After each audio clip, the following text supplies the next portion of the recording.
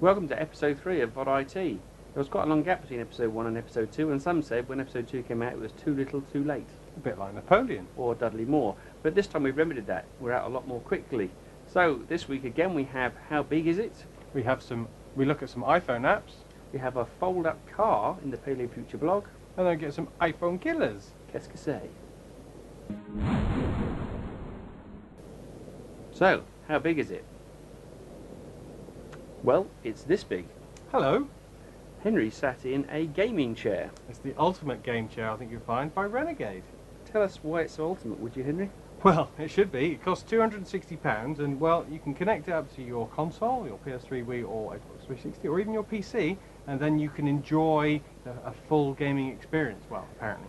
Henry, it looks like it's designed for somebody quite small, this chair. I felt like I had my knees up my nostrils when I was sat in it. Well, the idea is you're going to be quite low down to the ground. You're looking at the game from this angle. I think it's sort of perfectly really angled for playing games. Plus, it's quite comfy, and you've got a little headrest here and speakers by your ears. Okay, you're going to turn on the vibrating bit? Oh, it's a bit too exciting for broadcasting, really. But to be honest, it's not that good a chair. The speakers aren't very good. They're only 6 watts, and you can't hear a lot of what's going on. And the vibration just seems to be a gimmick that doesn't really have any correlation to what you're playing on the game. So it always just gives you a bit of a buttock massage, really. It's not really haptic feedback. Not really, no. Now, there's one little thing that I prepared earlier, and that is that this little drawer comes out from a certain part of the chair, doesn't it? Don't spill that. Okay. Careful, I just wondered what it was for. Yeah, it does look like a bit of a commode. But it's for games, probably. Yes. So, how big is it? It's this big. Quite big. So Brian, I hear you're the piano man. That's right, yes. I've been using some iTunes or some iPhone stroke iPod apps recently, and you probably can't see this one, but I'll just hold it up. A little piano. Here, Henry, hold these, and I'll play you a marvellous tune. A live performance. Listen to this. Do I put them on? No, hold them up to the microphone. Oh. You like that? More Les Dawson than Billy Joel, though. Yes, I was trying to play the Close Encounters of the Third Kind thing that the aliens rather illogically perform when they come down to visit planet Earth, but actually the keyboard's not quite big enough. However, of course, this is a free application, and there's an awful lot of these available now on iTunes, and it's starting to show the iPhone and the iPod to be genuine gaming platforms, Henry. You're our games man. Well, it is considered to be one of the mobile gaming platforms of the future because that's the way that it's going. It's got the accelerometers, so I've seen games where you can hold it either way and steer cars and motorbikes and stuff. So yeah, it is considered to be one of the big upcoming platforms. It is. Now, a lot of the apps are actually very cheap. A couple of quid get some quite good games, but I'm even tighter than that. So I've got some free ones, and there's lots of decent free ones. Always free's always good. It's my favourite price. There's the hockey, the air hockey, which I like playing with my kids. You have a 2-player one of those. You've got Sudoku, Hangman, a tic-tac-toe, a jelly car, a little mini piano, a penguin thing where you fire penguins across a landscape. Always good.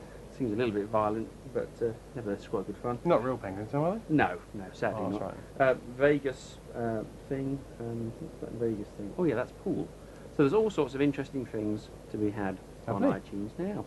So the game platform of the future? Perhaps. Well, it's been manic, hasn't it? Let's take a breather. Not perhaps information technology, but technology nonetheless. In this age of wanting the greenest possible car, in 1939 the San Antonio Light featured the prediction of a fold-up car made of super light metals. If it goes wrong, this chap's pictured as taking the engine out, carrying it down to the garage to get it fixed, and next day popping back to fold up his car neatly and pop it back in the garage until such time as he can get it repaired and pop the engine back in. All nice and straightforward, lovely and green, and it all happened 70 years ago.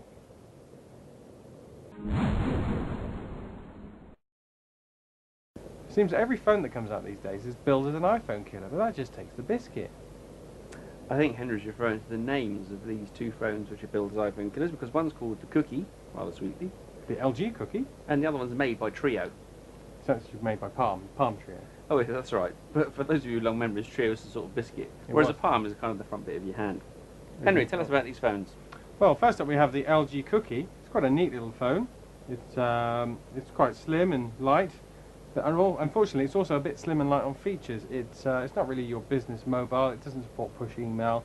It does support 3G and Edge though, so you can get a good fast connection. But it's quad band, so if you want to go on holiday or go away on business, you can get lots of get your phone calls wherever you are. However, the Trio, now this really is a business device. It supports ActiveSync, so you can get your email on the go. It's got a lovely bright screen, full QWERTY keyboard for quick text input. Full size if you're very, very tiny. Yes. Napoleon perhaps. Maybe, or Dudley Moore. But, and it's also nice and shiny, looks a bit like the iPhone, nothing wrong with that. So they're rather lovely, possible alternatives to the iPhone. And now sadly it's time for us to say goodbye to episode 3 of VoddIT. Now for a witty ending.